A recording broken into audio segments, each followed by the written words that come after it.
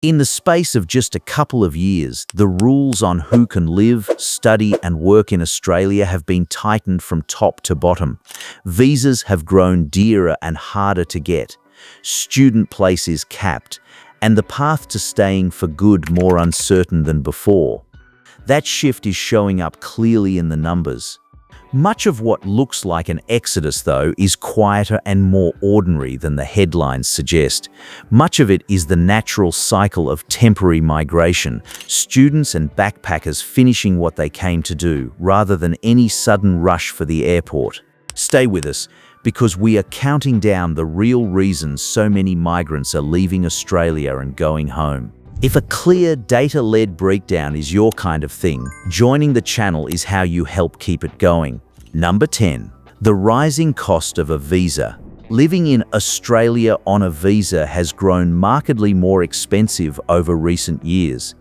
Application fees, health cover, and the price of extending or converting a visa have all climbed, turning the simple act of staying into a serious financial commitment. Students felt the sharpest jump of all. Australia lifted its student visa fee to well over $1,000, then higher still, giving it one of the steepest such charges anywhere in the world, and a clear signal that the settings had changed. Families carry the heaviest load. Households renewing several visas at once, each with its own fee and health surcharge, can face bills running into many thousands of dollars paid on top of the same taxes and rents everyone else covers. Those on modest wages can find the sums tip the balance. When the price of simply staying legal climbs faster than pay, some conclude that a future elsewhere makes more sense and quietly begin to plan a move. Money alone rarely decides these things, of course. Yet mounting fees form part of a wider squeeze that, according to migration researchers, has made Australia a costlier place to settle than it was only a few years ago. Costs have risen across almost every category: health cover, English tests, skills assessments, and police checks all add up long before a single visa fee is paid, and each increase lands hardest on those with the least to spare. Employers face steeper charges too. Sponsoring a worker carries its own levies, and as those costs mount, some businesses sponsor fewer people from overseas, narrowing the options for migrants hoping to extend a stay. Renewals arrive on a relentless cycle. Every few years, the paperwork, the fees, and the uncertainty return, and for some, the prospect of repeating that indefinitely becomes reason enough to draw a line. Visa costs here now rank among the world's steepest. Australia charges some of the highest fees anywhere for study and skilled routes, a gap that stands out sharply when migrants compare their options. Visa rules tighten further next. Number 9. The clampdown on visa hopping. Governments have moved hard to stop people stringing one temporary visa onto another. For years, some arrivals extended their stay by rolling from a student visa to a graduate visa to a visitor visa, and each hop kept them in the country a little longer. Officials came to see that pattern as a loophole. Successive changes have tightened the rules on switching visas from within Australia, closing off some pathways and making others far harder to reach, so a stay that once stretched on now reaches a firmer end. Visitor arrivals reflect the shift plainly. Home Affairs reports that migration on visitor visas has fallen as the rules on hopping have tightened, one strand of a broader effort to bring the overall numbers down. A migrant who hoped to build a longer life through a chain of visas can face a hard decision under the new approach. When the next hop closes off, leaving becomes the only realistic option rather than a choice freely made. Underneath the policy runs a genuine debate, argued openly in Australia. Supporters say the changes restore integrity to the system, while critics warn that people who followed the rules in good faith are being caught out midway through their plans. Bridging visas sit at the center of the picture.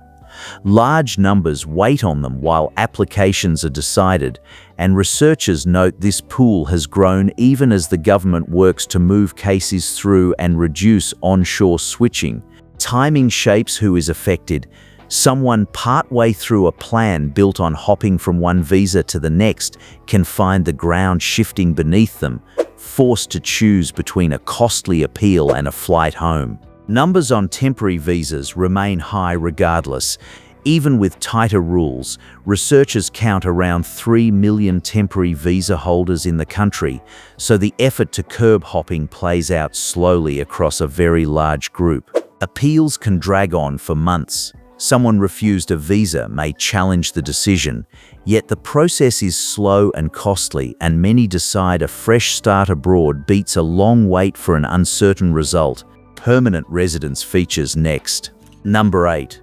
The narrowing road to permanent residency. Winning permanent residence has become a longer and less certain contest than it once was. For many who arrive to study or work, staying for good is the whole goal.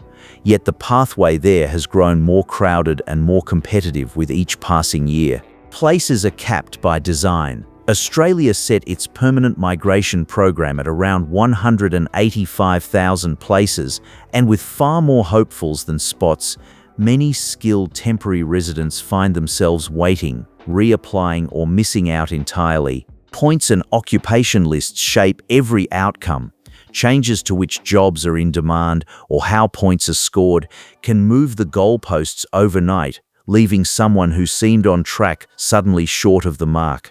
Someone weighing years of effort against an uncertain reward feels the maths keenly. Long stretches of temporary visas, fees, and waiting, with no guarantee of security at the end, can tip a finely balanced choice toward heading home. Long-term migration, researchers note, has always been sensitive to these signals. When a country makes staying feel provisional, more people treat their time there as temporary and plan their exit accordingly. Regional pathways add another layer. Governments now steer skilled migrants toward regional areas with the promise of a faster route to residency, though the trade-off of living far from the big cities suits some far better than others. Proposed reforms keep the future uncertain. As the rules are reviewed and reshaped, applicants face a moving target, and that uncertainty alone leads some to conclude the safer choice is to build a life elsewhere. Skilled migrants weigh their prospects carefully. Those with qualifications prized around the world can pick between several countries, and a slow or uncertain Australian pathway can nudge them toward a rival with a clearer offer. Bridging and study to skilled moves have narrowed. Steps that once linked a student visa to a skilled one have grown harder to take, so the familiar ladder toward residency now has several rungs missing. Settled residents feature next. Number 7. Settled residents heading home. As economies overseas bounce back, some settled migrants are choosing to head home. Bureau of Statistics data links part of the recent rise in departures to permanent residents leaving as global labor markets reopen and opportunities multiply elsewhere. Home countries have changed a great deal. Nations that once sent large numbers to Australia now offer careers, wages, and lifestyles that can rival what drew people away in the first place, and for some the pull of family and familiarity tips the scale. Timing plays its part too. Many who settled during the busy years before and after the pandemic have reached a natural point of decision, weighing whether to renew their life here or return to where they began. Skilled workers in particular see their options widen with experience. Nurses, engineers, and tradespeople who built careers in Australia can carry those skills to a market that welcomes them readily, and a growing number are doing exactly that. None of this points to Australia losing its appeal. Rather, it reflects a genuinely global contest for talent in which people weigh their choices carefully and, increasingly, decide that their next chapter lies somewhere else. Diaspora networks smooth the path home. Established communities of returnees in cities across Asia and beyond offer contacts, advice, and a soft landing, easing a move that might once have felt daunting. Retirement shapes some decisions too. Older migrants who spent their working years in Australia sometimes return to family and familiar surroundings later in life. A quiet, long-standing thread within the wider figures. Family ties often decide the timing. Aging parents, growing children, and events back home all pull at settled migrants, and for many the choice to return is personal long before it is economic. Currency swings sharpen the pull. When a home currency strengthens against the Australian dollar, savings earned here stretch much further back home, quietly tilting the decision toward return. Return often comes after years of contribution. Many who leave spent a decade or more working, paying taxes and raising families here, and their departure reflects a change in circumstances more than any disappointment with the country.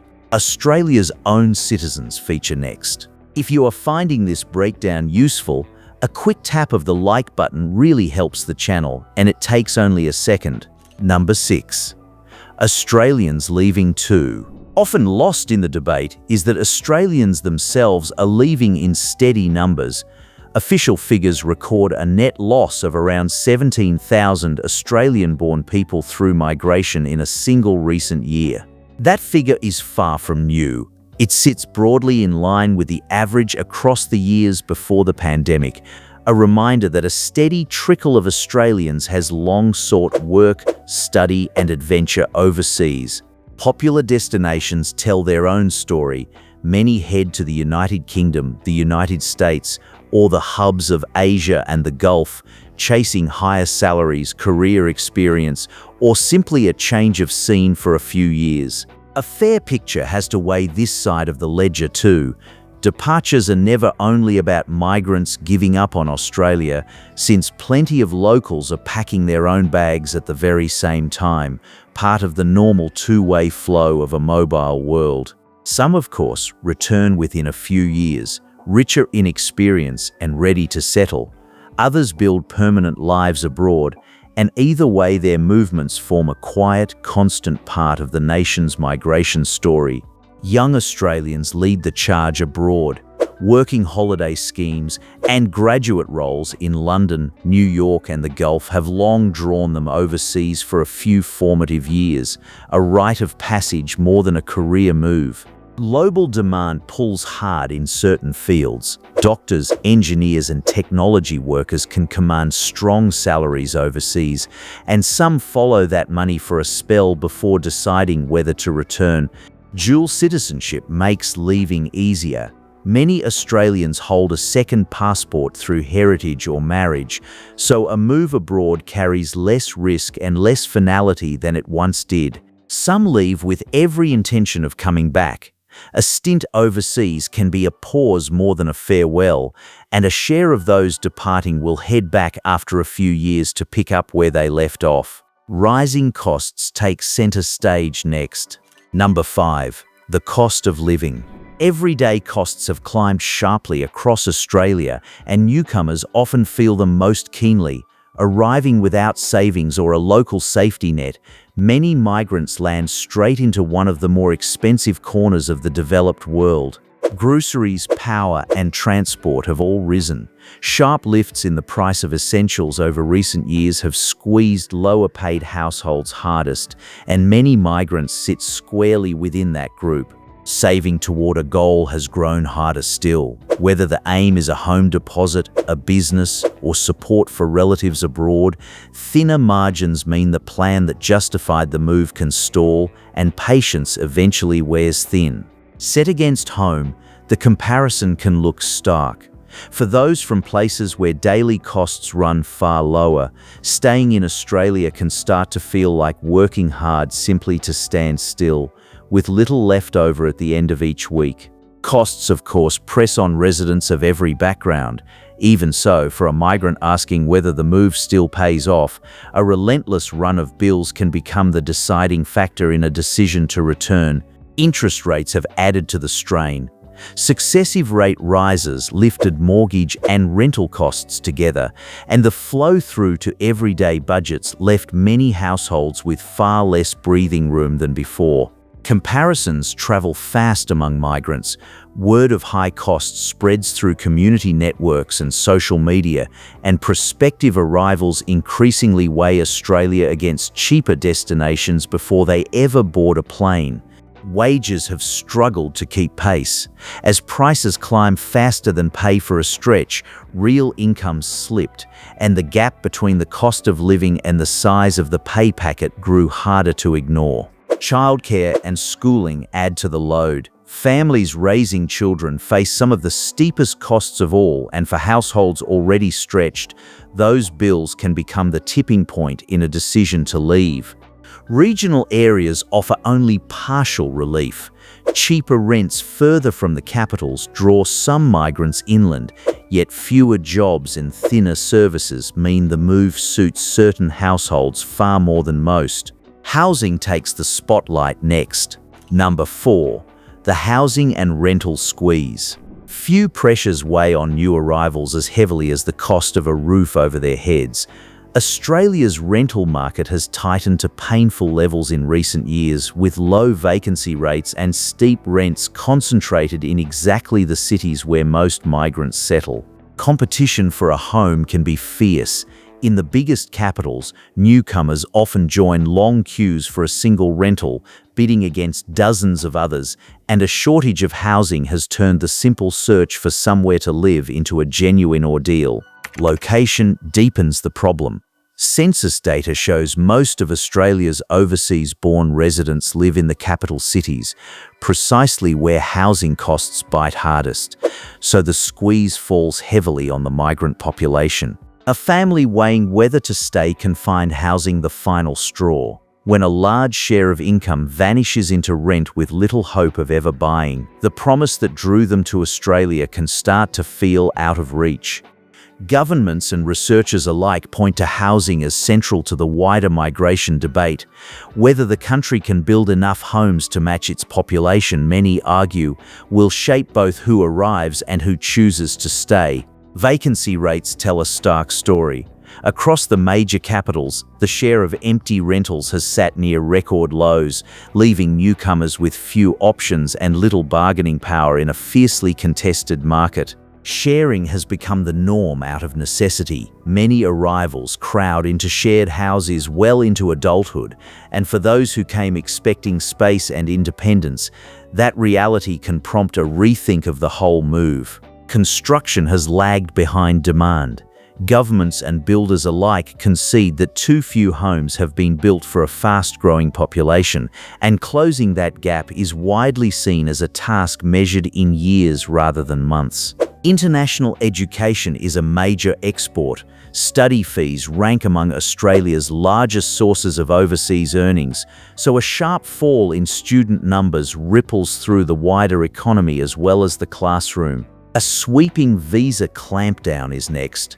We would love to hear from you in the comments. Have you or someone you know weighed up leaving Australia, and what tipped the decision either way? Number 3. The student visa clampdown. One of the biggest visa categories of all has been reined in sharply. International students had become the single largest group of arrivals, and the government has moved decisively to slow that flow and tighten who qualifies. Numbers tell the story clearly. Official figures show student visa lodgements fell to around 427,000 in a single year, down from nearly 600,000 the year before, a dramatic drop in a short space of time. Tougher tests now shape every application. A genuine student requirement, higher financial and English thresholds, and planning caps on how many places each institution can offer have all combined to make studying in Australia harder to arrange than before. Students already here find the shift changes the calculation.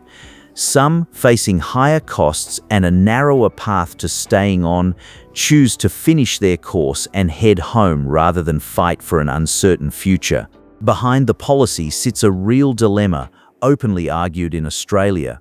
Universities warn of lost income and talent, while the government maintains that the system needed tighter integrity after years of rapid, sometimes poorly managed growth.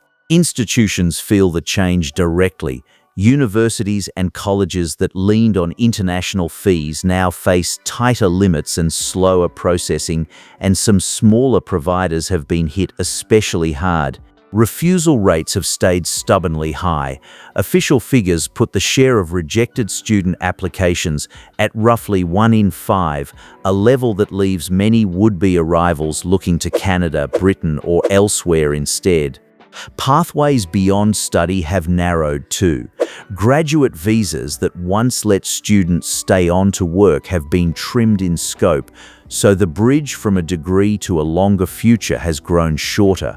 Providers have scrambled to adjust. Colleges and universities have cut courses, trimmed staff, and reworked their offerings, a scramble that ripples out to the towns and suburbs built around them. Backpackers enter the countdown next. Number 2. Backpackers moving on. Backpackers who flooded in when the borders reopened are now moving on in droves. Working holiday makers surged into Australia once travel resumed, filling jobs on farms, in cafes, and across the tourist trail, and by design their stay was only ever meant to be temporary. Their departures now lead the trend. Exits by working holiday visa holders have more than doubled for 2 years running, official figures show, contributing the single largest increase to departures once those big arrival cohorts reach the end of their time. That pattern was entirely expected. Working holiday visas last a year or two by nature, so a surge of arrivals must, sooner or later, become a surge of departures, and that wave is washing back out exactly on schedule. Industries that leaned on them feel the effect keenly. Farms, hospitality, and tourism that relied on a steady flow of young travelers now face tighter labor and rising wage pressure as the backpacker tide recedes. Seen properly, this is less a warning than a rhythm. Backpackers were always going to leave, and their departure says more about the natural cycle of travel than about any judgment on the country itself. Regional work once locked many in place. Visa extensions offered for farm and regional labor kept some backpackers longer, though even that incentive only delays the departure written into the visa itself. Global competition shapes the flow. Other countries court the same young travelers with their own backpacker programs, and shifting exchange rates and wages can steer a backpacker toward one destination over another. Seasonal industries feel the swing most. Harvests and peak tourist seasons that leaned on a reliable flow of travelers now plan around a thinner, less certain pool of willing hands. Word travels quickly among travelers. Backpackers share tips on wages, costs, and conditions through tight networks, and shifting sentiment can turn a favored destination into an afterthought within a season. One reason towers above them all. Number 1. The Great Wave receding. Behind the biggest share of departures lies the simplest explanation of all. Much of the migration that pushed the numbers to record highs was always temporary, and a great deal of what appears to be an exodus is simply that wave reaching its natural end. Former students sit at the heart of it. Researchers at the Australian National University estimate that departures of students and graduates accounted for roughly 70% of the fall in net migration across 2 recent years, by far the dominant force. Timing explains much of the surge. Enormous numbers arrived once the borders reopened in early 2022, and once those courses and visas finish, the very same people are now completing their stays and heading home as the system always intended. Scale underlines the point. Around 3 million people held temporary visas in Australia at last count, a record high, so a large tide of scheduled departures still lies ahead as that cohort works its way through the system. Seen in that light, the record departures look less like a country being abandoned and more like a wave receding after an unusually high tide. Fewer people are arriving, many who came are leaving on time, and the net effect is a sharp fall in migration overall, still historically high by longer-run standards. Universities feel the swing keenly. Booming international enrollments propped up many campuses financially, and as arrivals ease and past cohorts depart, some now face real budget pressure. None of this makes the departures a crisis in themselves.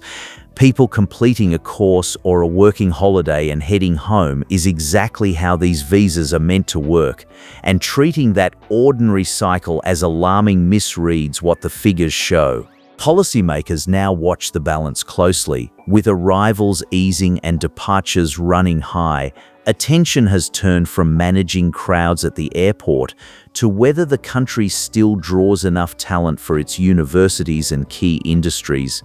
So the next time a striking figure flashes across the news, it is worth asking what sits behind it, because the real story of who leaves Australia and why is quieter and more human than any headline can hold. If this cleared a few things up, share it with someone who follows these debates, and we can keep these breakdowns coming.